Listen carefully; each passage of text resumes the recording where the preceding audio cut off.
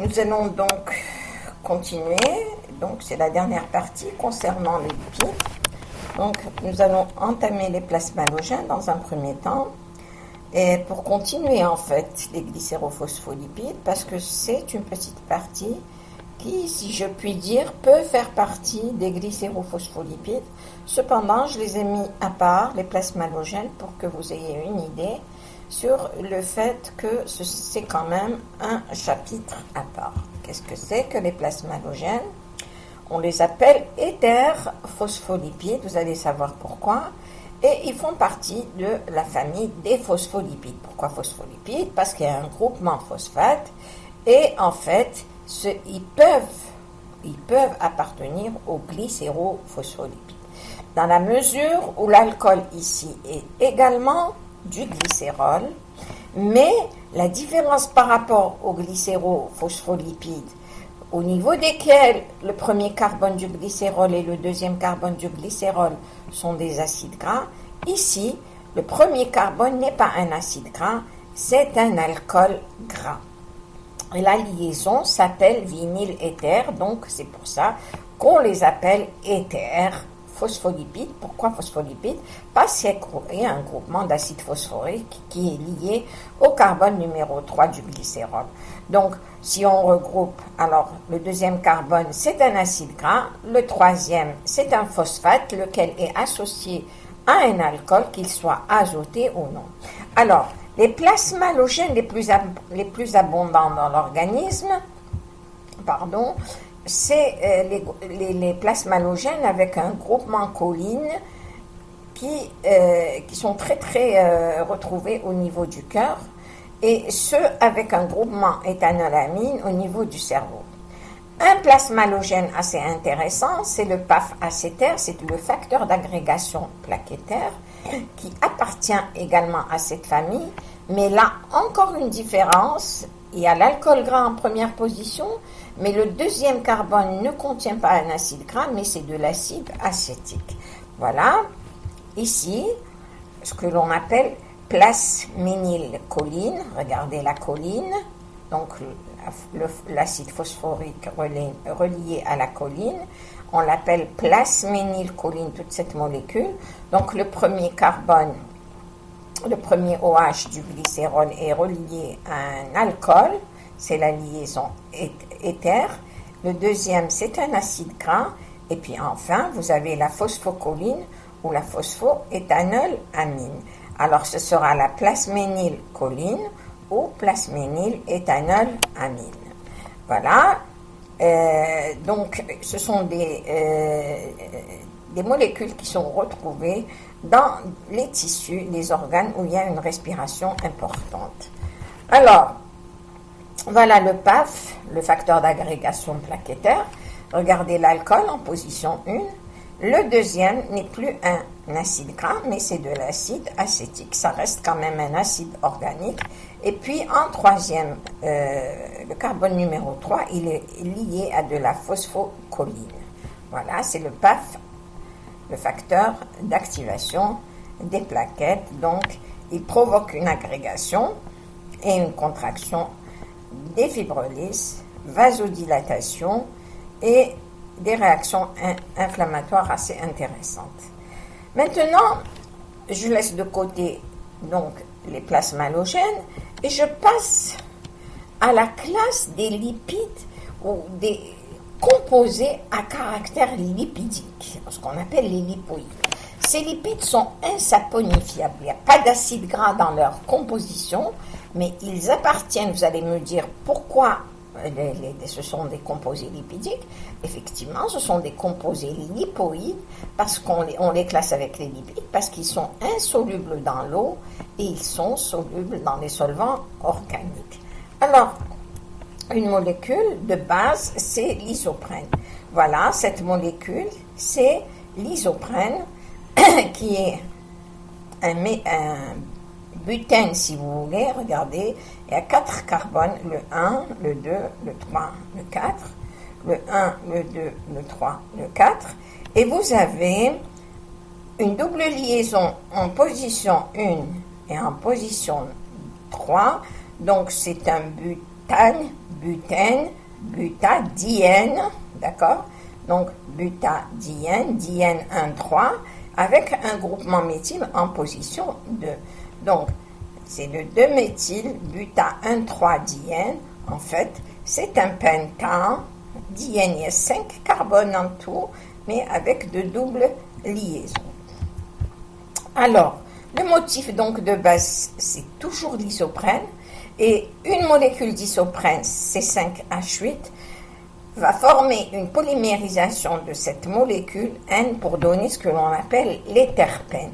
Alors voilà l'isoprène. Donc vous voyez le 1,3-diène, butadiène avec un radical méthyle. Et puis va se faire la polymérisation. Cette polymérisation se fait tête à queue ou tête à tête. Alors tête à queue, c'est ça, c'est une condensation 4,1. Et le schéma obtenu à la fin, c'est celui-là, donc avec des radicaux méthyl en haut. Et vous avez le tête-à-tête, où vous avez un radical méthyle en haut et un en bas. C'est le tête-à-tête condensation 4, 4, 4, 4. Donc vous allez me dire, comment on va faire ça? On va coller. Non, ce sont des réactions enzymatiques qui vont se dérouler dans l'organisme. Il y a toute une série d'enzymes qui vont intervenir, mais le résultat final, c'est celui-là pour la condensation 4,1 et le résultat final pour la condensation 4,4, c'est celui-là. Alors, en fait, c'est ce qu'on appelle la voie de synthèse isoprénique, synthèse de l'isopentéline pyrophosphate, condensation des isopentényl pyrophosphate, élaboration du squelette de ces molécules terpéniques, et il y a des modifications secondaires qui vont apparaître. Donc, voilà l'isomérisation. Isopentényl pyrophosphate donc, on parle de l'isoprène, on va lui relier un pyrophosphate. Pyrophosphate, c'est toujours cette molécule. Il y a 2 groupements phosphate. Et vous avez donc, regardez, la molécule de départ, mais il y a une seule double liaison qui devient après diméthylallyle pyrophosphate. Pourquoi diméthyl? Il y a un groupement allyle, c'est celui-là. Le groupement allyle, c'est celui-là. Et diméthyl, 2 groupements méthyl, diméthylallyle pyrophosphate. Il ne faut pas retenir tout ça. Ce qu'il faut savoir, ce sont des voies de biosynthèse qui vont aboutir à ça. Et ça, c'est très important. Les monoterpènes, les sesquiterpènes, les diterpènes, les triterpènes, les tétraterpènes et les polyprénoïdes. Alors, un terpène, il contient 10 carbones. Si je dis 10 carbones, ce sera 2 molécules isopréniques. Donc, un terpène va contenir 10 carbones, donc 2 isoprènes. Évidemment, 2 terpènes, 10 terpènes, il y aura 20. Alors, 1,5, ça donne sesquiterpène, donc il y a 10 carbones, 15 carbones, donc il y aura 3 molécules d'isoprène. Ici, les triterpènes, mais il y a 1 terpène et demi, ici 3 terpènes, c'est les triterpènes, tétraterpènes et les polyprénoïdes, ils sont nombreux.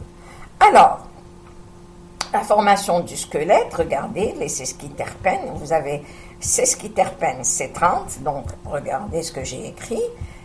Sesquiterpène, c'est 15 carbones, et quand je mets 2 fois, il y a une polymérisation. Alors, voilà, regardez, le squalène, il a 2 sesquiterpènes, c'est une condensation type tête à tête, donc voilà, sesquiterpène, sesquiterpène. Voilà, ça vous donne ça. Rappelez-vous ce que je vous avais dit ici. Voilà, qu'il y avait tête à tête et tête à queue. Voilà, tête à tête, tête à tête et tête à queue. Et quand vous avez tête à tête, vous avez le résultat final avec des méthyls en haut et des méthyls en bas. Voilà. Regardez, les sesquiterpènes. Voilà, un sesquiterpène,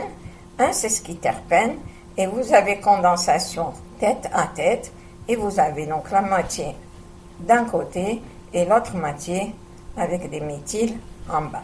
En fait, il ne faut pas retenir tout ça, c'est juste pour que vous compreniez, mais il y a deux sesquiterpènes, c'est une condensation qui va donner le squalène. Pourquoi je vous demande de retenir le squalène? C'est une molécule qui est importante dans la synthèse du cholestérol, parce que le cholestérol fait partie des squalènes. En fait, c'est un squalène auquel on aura enlevé 3 carbones. Rappelez-vous, le cholestérol contient 27 atomes de carbone. Alors, les terpènes, d'une manière générale, sont nombreux. Vous avez les monoterpènes, les sesquiterpènes, les diterpènes. Un monoterpène, si vous voulez 2 isoprènes, c'est C10, c'est le géranyl diphosphate. Alors, géranyl diphosphate, ce géranyl se retrouve au niveau des essences végétales de certaines plantes, telles que le géranium. Donc, il y a une odeur qui se dégage et l'odeur, elle est due justement à ce monoterpène. Les monoterpènes sont très souvent retrouvés au niveau des plantes, comme le menthol aussi, le limonène au niveau du citron. Ce sont des terpènes, des monoterpènes d'une manière générale.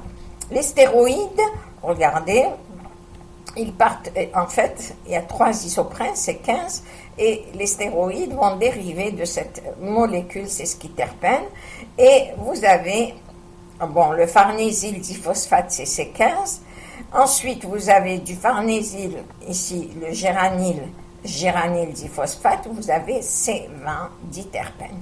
Donc, c'est juste pour que vous sachiez qu'il y a des monoterpènes, des sesquiterpènes, des diterpènes. Les diterpènes, il y a 20 carbones, et c'est les caroténoïdes. Ensuite, donc monoterpènes, sesquiterpènes, diterpènes, il y a les dimérisations qui vous donnent les triterpènes, il y a les dimérisations qui vous donnent les tétraterpènes, c'est 40. Donc, tout ça est à comprendre uniquement. C'est les dimérisations. Alors, parmi ces molécules terpéniques, il y a la vitamine A, la vitamine E, la vitamine K, le coenzyme Q10, j'ai oublié le 10, et le squalène précurseur du cholestérol.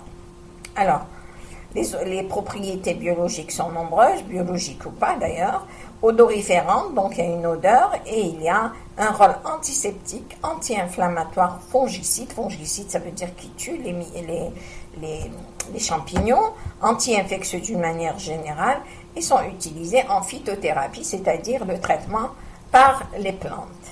Alors, les corps à chaîne isoprénique. Donc, ce sont des corps à chaîne isoprénique, ce qui veut dire que nous avons une molécule de base sur laquelle va se greffer, s'ajouter une molécule isoprénique, une chaîne isoprénique, donc des molécules terpéniques. La vitamine E, le tocophérol. Alors, la chaîne isoprénique, vous la voyez, elle est là. Ça, c'est la chaîne isoprénique. Donc, c'est une chaîne latérale à 16 carbones. Et il y a des groupements méthyl, d'accord, qui définissent donc ces molécules, cette chaîne isoprénique. Donc, c'est une chaîne isoprénique à laquelle se greffe donc ce groupement qui s'appelle l'hydroxychromane. La vitamine E possède donc un noyau qui s'appelle hydroxychromane, et ensuite vous avez les groupements isopréniques ici qui vont se coller. C'est une chaîne saturée sur laquelle donc se greffent donc ces molécules isopréniques qui se greffent sur le noyau hydroxychromane. Alors, cette vitamine VE est appelée tocophérol ou alpha-tocophérol. Elle joue un rôle important en tant qu'antioxydant. Rappelez-vous, quand on a fait l'oxydation des acides gras, nous avons parlé de l'oxydation au niveau des doubles liaisons. La vitamine E va intervenir en empêchant cette oxydation des acides gras insaturés. Donc, on ne va pas permettre la formation des peroxydes au niveau des acides gras. Alors, la vitamine K, c'est le même principe. C'est que nous avons un noyau, et sur ce noyau, en fait, le noyau s'appelle naphthoquinone.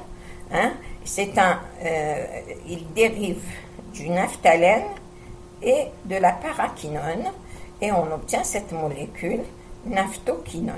Sur cette naphtoquinone va se greffer, va s'ajouter des radicaux isopréniques, donc des terpènes. Alors, la vitamine K1, donc, c'est un participant à l'activation de certains facteurs de la coagulation, donc la voie endogène de la coagulation, vous le verrez après. Il y a des facteurs qui sont dépendants de la vitamine K. Il faut de la vitamine K pour qu'il soit synthétisé. Et cette vitamine K, voilà, la phyloquinone, vous avez ce noyau naphtoquinone, d'accord? Regardez, on l'appelle le noyau 2-méthyl-1,4-naphtoquinone. Alors, 2-méthyl, pourquoi? Si on fait la numérotation, 1, 2, 3, 4, etc., vous allez 1, 2, 3, 4, je m'arrête ici, vous allez avoir 1, 4 naphtoquinone, parce que c'est une cétone, c'est une double cétone, donc 1, 4 naphtoquinone, et un radical méthyle en position de noyau. Bon, 1, 2, 3, 4, 5, 6, 7, 8, 9, 10. Donc ici, c'est le noyau naphtoquinone et avec un radical méthyle et deux fonctions cétone, l'une en position 1 et l'autre en position 4. D'où le nom de noyau de méthyle 1,4-naphtoquinone.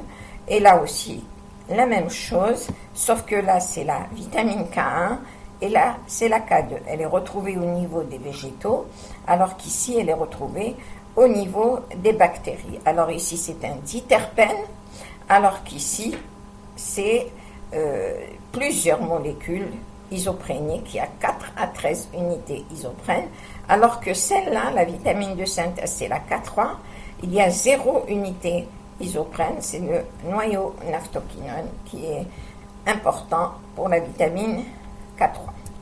Alors, encore d'autres molécules terpéniques.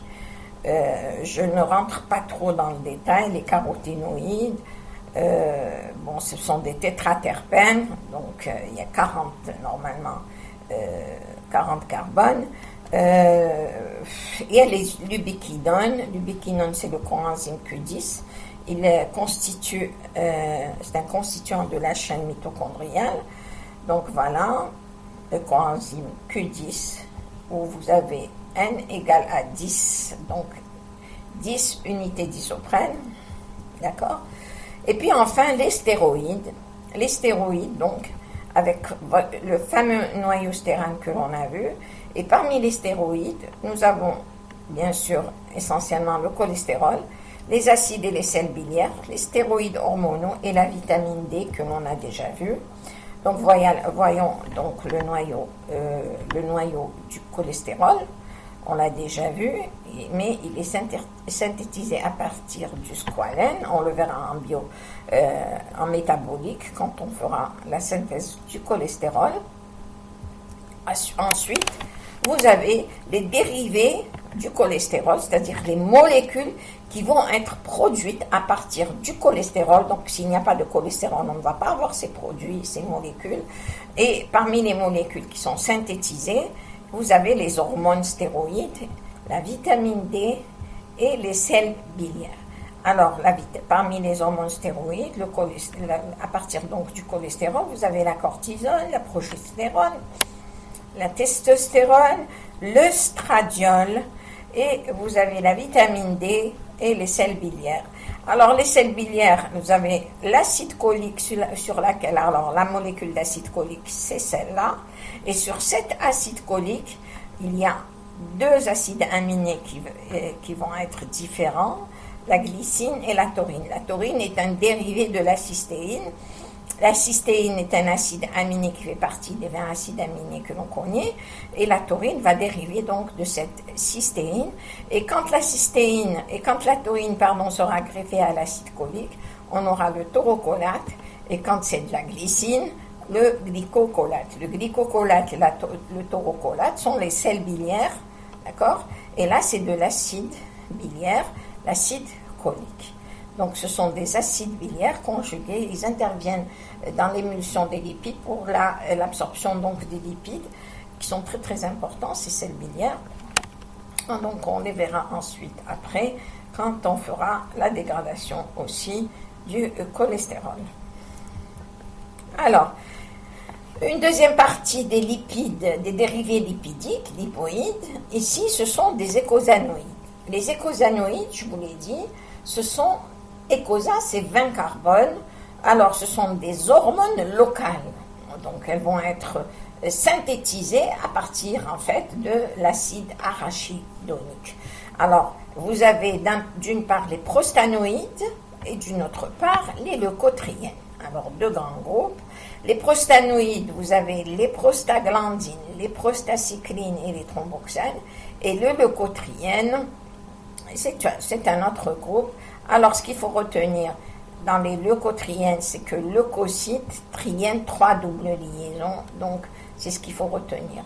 Les prostanoïdes, vous avez les prostaglandines, les prostacyclines et les thromboxanes. Alors, ici, rappelez-vous quand je vous ai fait les phospholipides, les glycérophospholipides, très souvent l'acide arachidonique est en deuxième position du glycérol. Donc, quand l'acide gras en première position, très souvent saturé, deuxième insaturé. Alors, quand c'est de l'acide arachidonique, la phospholipase A2 va libérer l'acide arachidonique et le reste de la molécule sera un lysophospholipide. C'est exactement ce que je marque ici, arachidonique acide plus lysophospholipide. Donc, voici l'acide arachidonique, 1, 2, 3, 4, 5, première double liaison, 6, 7, 8, deuxième double liaison, 8, 9, 10, 11, troisième, 11, 12, 13, 14, quatrième double liaison, 15, 16, 17, 18, 19, 20. Donc 20 atomes de carbone. Alors à partir de cet acide arachidonique, nous avons deux voies de synthèse. Pour les leucotriènes, c'est la voie de la lipooxygénase, donc il y a une oxydation dans tous les cas, et dans l'autre voie, c'est la voie de la cyclooxygénase. Donc ce que vous allez voir, c'est la COX et la LOX. La COX, elle va vous former un cycle, voie de la cyclooxygénase, donc il y a formation d'un cycle, il y a une cyclisation qui se forme à partir de l'acide arachidonique et la voie de la LOX. Alors, voilà la molécule commune aux prostaglandines, c'est un noyau cyclopentane qui est toujours présent, et puis vous avez la biosynthèse. Alors, dans la biosynthèse, vous avez le thromboxane, les prostacyclines et les prostaglandines. Toutes sont fabriquées avec les enzymes cyclooxygénases. Donc, acide arachidonique va donner deux molécules de base à partir desquelles vont se synthétiser les thromboxanes, les prostaglandines et les prostacyclines. C'est les prostaglandines H2 et G2. C'est tout d'abord ça. Et après, vous avez trois enzymes différents, les thromboxanes synthase, les prostaglandines synthase et les prostacyclines synthase. Synthase pour synthèse. Alors, les thromboxanes synthase vont former les thromboxanes A2 et B2. Je ne vous demande pas de retenir A2 et B2, mais sachez qu'il y a les thromboxanes, les prostaglandines et les prostacyclines. Et dans tous les cas, vous avez des enzymes, thromboxane synthase, prostaglandine synthase, prostacycline synthase. Donc, la COX, la cyclooxygénase, donc, qui va former trois grandes molécules. Après, la cyclooxygénase, je vous l'ai mis, donc, l'acide arachidonique qui va vous donner PGG2 et PGH2, ces molécules de base. Il faut savoir, je vous ai fait ce schéma par rapport à l'aspirine, qui est un inhibiteur de la cyclooxygénase. L'aspirine agit contre l'enzyme cyclooxygénase. Et en agissant contre l'enzyme cyclooxygénase, elle va empêcher la formation de ces molécules de prostaglandine G2 et H2 qui sont la base de la synthèse des prostaglandines, prostacyclines et thromboxane. Et on dit que, parce que ce sont déjà des molécules pro-inflammatoires. Ces molécules sont des molécules pro-inflammatoires. Et là, l'aspirine, en agissant ici, va empêcher l'action inflammatoire. Ce sera une molécule anti-inflammatoire qui est non stéroïdienne. Elle ne dépend pas du cycle stéroïdien. Donc, activité cyclooxygénase est empêchée. Donc, l'aspirine va inhiber l'enzyme ici de la cyclooxygénase et empêcher donc en même temps l'activité peroxydase à ce niveau de se faire, puisqu'elle agit en haut. Donc, cette activité peroxydase pour former la PGH2 ne va pas se faire. Donc, l'enzyme, l'aspirine est un inhibiteur de synthèse. C'est un anti-inflammatoire non stéroïdien, ce qu'on appelle les AINS. Alors, voilà une molécule de thromboxane, comment elle est faite. Donc, vous voyez toujours ce cycle. Alors, le thromboxane, il y en a deux, le A2 et le B2. Le B2 est inactif, il est ici. Et celui-là, il est actif mais instable. Thromboxane A2. Il a une demi-vie de 30 secondes à peu près, donc il est très inactif, et l'autre il est stable. Bon, mais c'est pas très très important. Le thromboxane, il intervient dans l'agrégation des plaquettes. Donc, et puis vous avez les prostacyclines, celles qui sont synthétisées par la voie de la prostacycline synthase. Vous avez, voilà.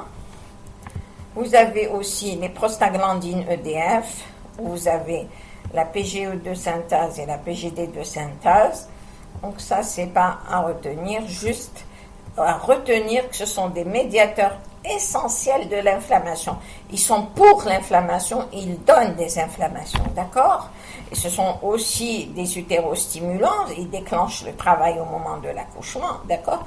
Donc c'est des effets quand même assez intéressants. Hein? Ils interviennent dans l'agrégation comme le thromboxane. Et le plus important, c'est la voie, c'est ce que l'on appelle la pro-inflammation. Ensuite, on a dit, ça c'était les COX. Maintenant, les LOX, bon, tout ce qui est en haut, c'est les COX. Tout ce qui va être en bas, c'est les LOX, la lipooxygénase. Alors, l'acide arachidonique, par la voie de la lipooxygénase, donne deux grands groupes. L'anandamine et les leucotriènes.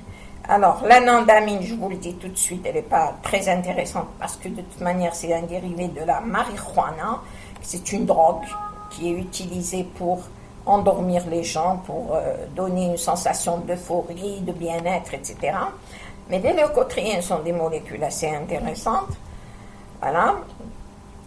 Ils sont nommés ainsi parce qu'ils ont été découverts au niveau des globules blancs, leucocytes. Et ils ont tous trois doubles liaisons triènes, delta 7, 8, 9, 10, 11, 12. Alors voilà, 7, 8, 9, 10, 11, 12, triènes, d'accord? Et vous avez donc l'acide arachidonique qui vous donne les leucotriènes.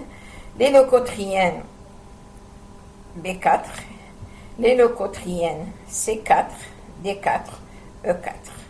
Ici, on les retrouve au niveau des monocytes et des neutrophiles. C'est une catégorie de globules blancs. Les éosinophiles et les mastocytes aussi, une catégorie de globules blancs. Ceux-là ont un effet chimiotactique extrêmement important. Chimiotactique, on le verra par la suite.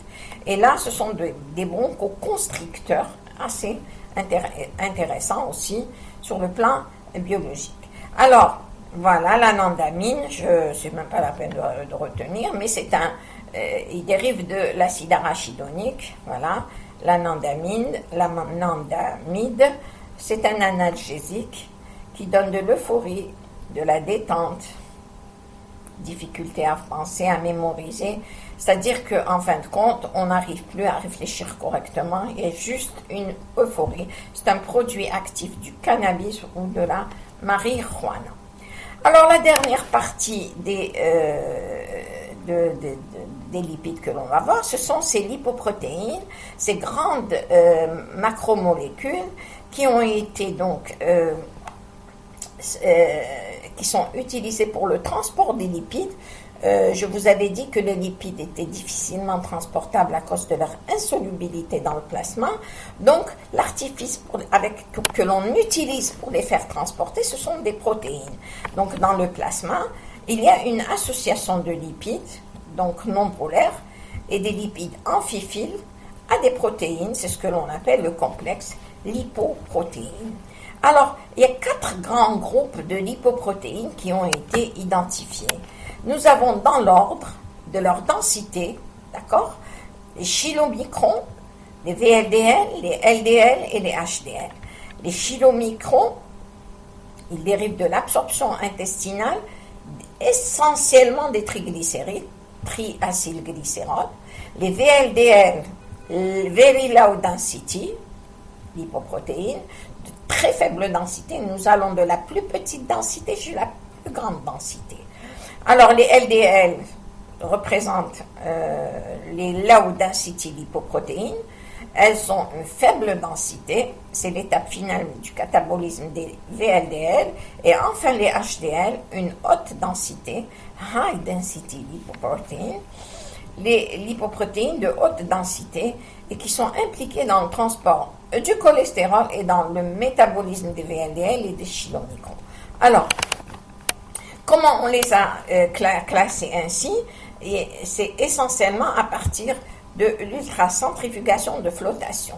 C'est-à-dire que c'est une centrifugation qui s'est faite très fortement et on a identifié 5 grands groupes de densité croissante. Donc, on va de la plus petite densité jusqu'à la plus grande densité. Les chylomicrons, les VLDL, les IDL. Alors, les IDL, je ne les ai pas cités, ce sont des intermédiaires entre les VLDL et les LDL, et enfin les HDL. Le deuxième critère aussi de classification, mais qui n'est pas très utilisé, mais il faut le connaître, c'est la mobilité électrophorétique, c'est-à-dire qu'on doit savoir au niveau de l'électrophorèse des lipoprotéines où se situe la bande des bêta, où se situe la bande des VLDL, où se situe les LDL, où se situent les HDL, parce qu'à l'électrophorèse, quand on fait l'électrophorèse, on peut identifier le manque, par exemple, d'un groupement. Les bêta-lipoprotéines peuvent être absentes. Les bêta-lipoprotéines, à quoi elles correspondent? Donc, on peut voir sur le plan clinique qu'est-ce qui peut intervenir pour une pathologie quelconque. Alors, voilà sur le plan macromoléculaire ce qu'il y a. Vous avez ici l'intérieur de cette grosse boule. Alors, à l'intérieur, vous allez avoir ce qui est caché, c'est les lipides qui ne sont pas en contact avec le plasma, donc vraiment très hydrophobe.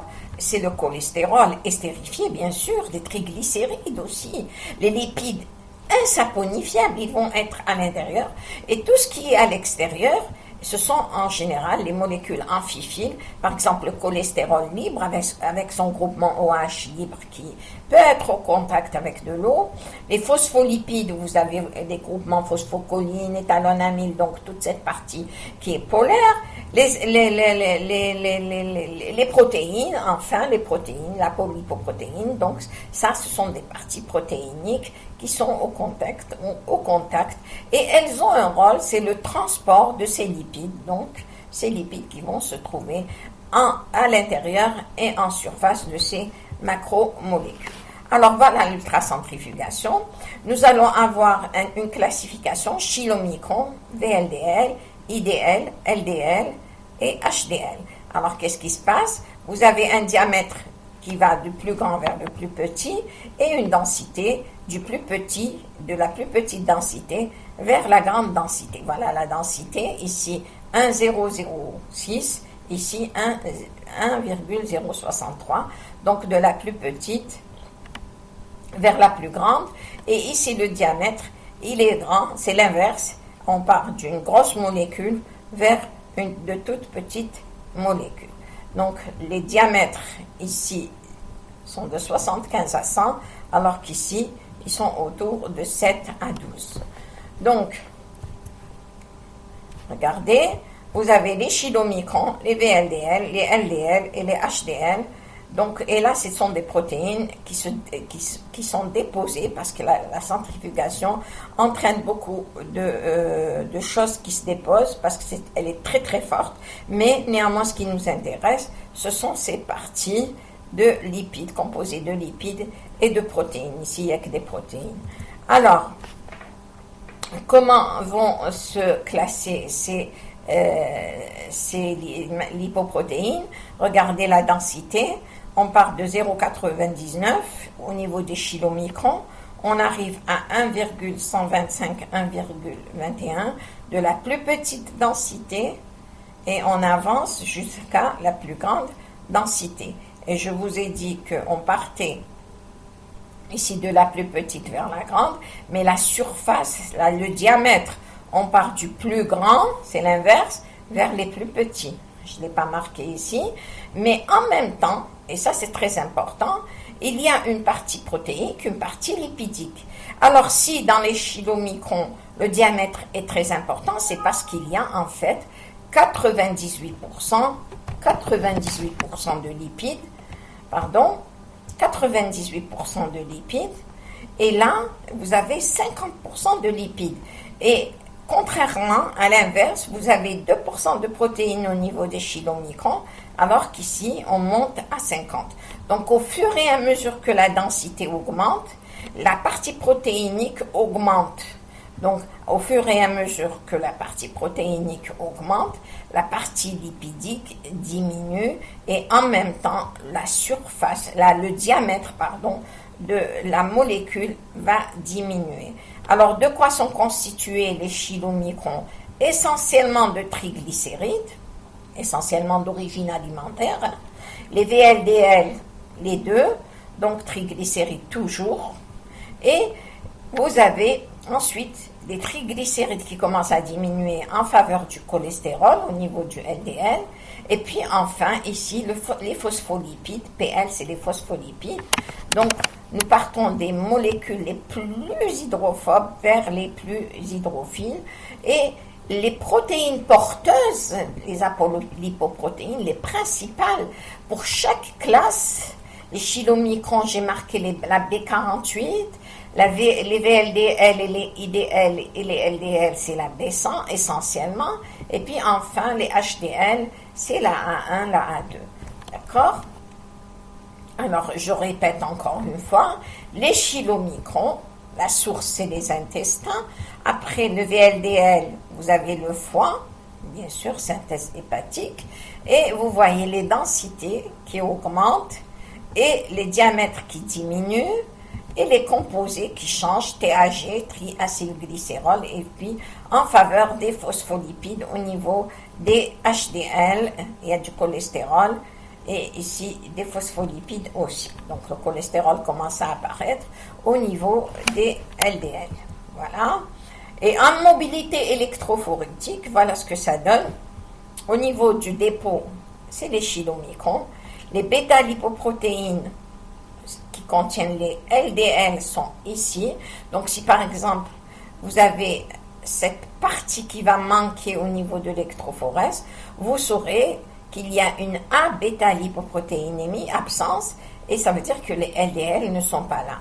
Et les LDL, de quoi elles sont composées?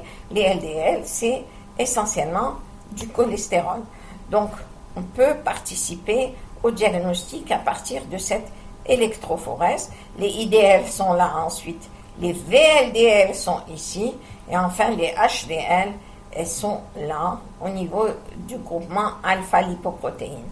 Donc la migration se fait dans ce sens, voilà, et vous avez donc, je répète, la ligne de dépôt, les LDL qui sont en bêta, les VLDL en pré-bêta et les HDL en alpha. Voilà les correspondances alpha, VLDL, LDL, bêta, pré-bêta, et les lignes de dépôt, c'est toujours les kilomicrons. Je vous remercie et on continuera. Donc on a arrêté et on a fini les lipides. On va passer à une autre partie, soit les acides nucléiques, soit les acides nucléiques.